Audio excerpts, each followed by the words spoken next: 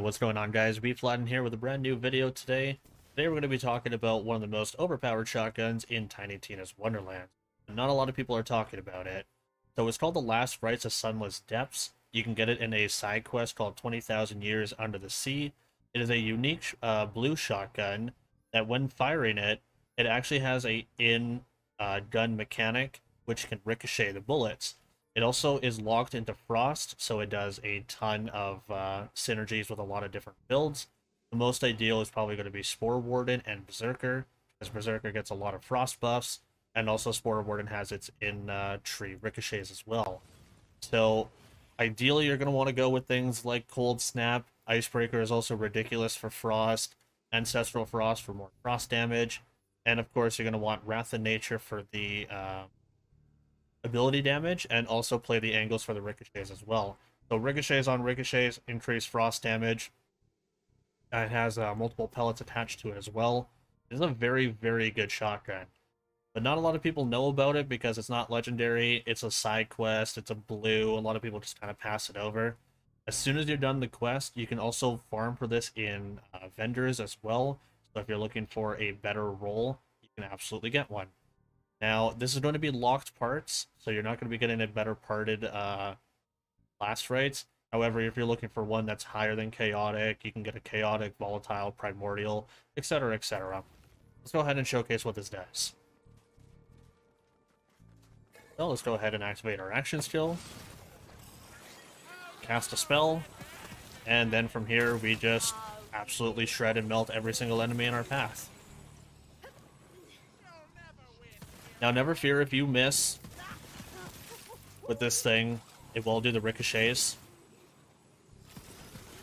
I'm gonna go ahead and show you if I can, see if I can show you what the ricochets look like. Bounce it off the ground.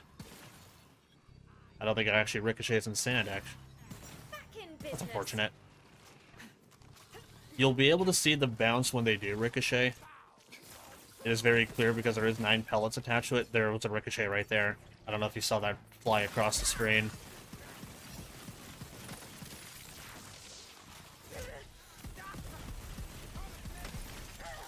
For a blue shotgun, this thing absolutely swings. Now, shotguns are generally overlooked by a lot of people in Tiny Tina's Wonderlands because there's not really a lot to talk about. We do have the Rain of Arrows, for example. We do have the... that's really about it, actually. We have the Sword Explosion, which got buffed recently. But there's not really a lot of shotguns that are taking the charge. However, this thing is definitely up on my list as one of the top shotguns and top contenders to be considered in the top 5 for shotguns. Very quick freeze. Enemies can't really do anything for it. Now, there's going to be 9 pellets that are going to be with your last rites as well. Remember, it is fixed parts, so it'll always be a ×9. There's no such thing as like a ×16 or 18, unfortunately. But ×9 pellets is all you need. You can get right up and close and personal. There's also a Berserker skill that will reward you for being up close and personal. That's the old ways. You deal bonus damage the closer you are to the enemy. Safely freezing the target, you can get right up in their face and you can end up shooting them. I broke the game.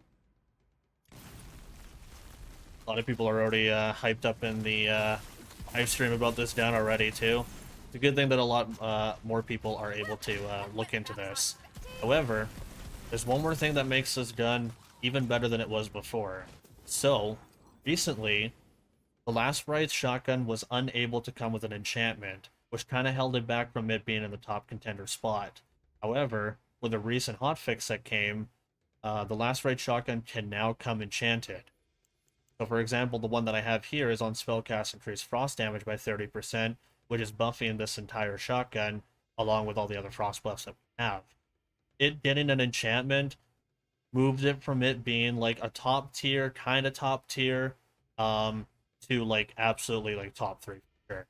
And the enchantment really held it back, but it being able to roll in an enchantment is going to be crucial for this gun. I would recommend this as a splashable item on most builds. If you don't know and you're not sure what to throw in, other than your main weapon, this is already going to be a solid choice to throw in on most builds. especially if you're Berserker, Spore Warden, or any of the two.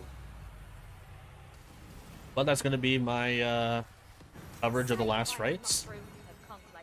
My name is Bflattened, and I'm signing on out of here, guys. Take care, all. Laters.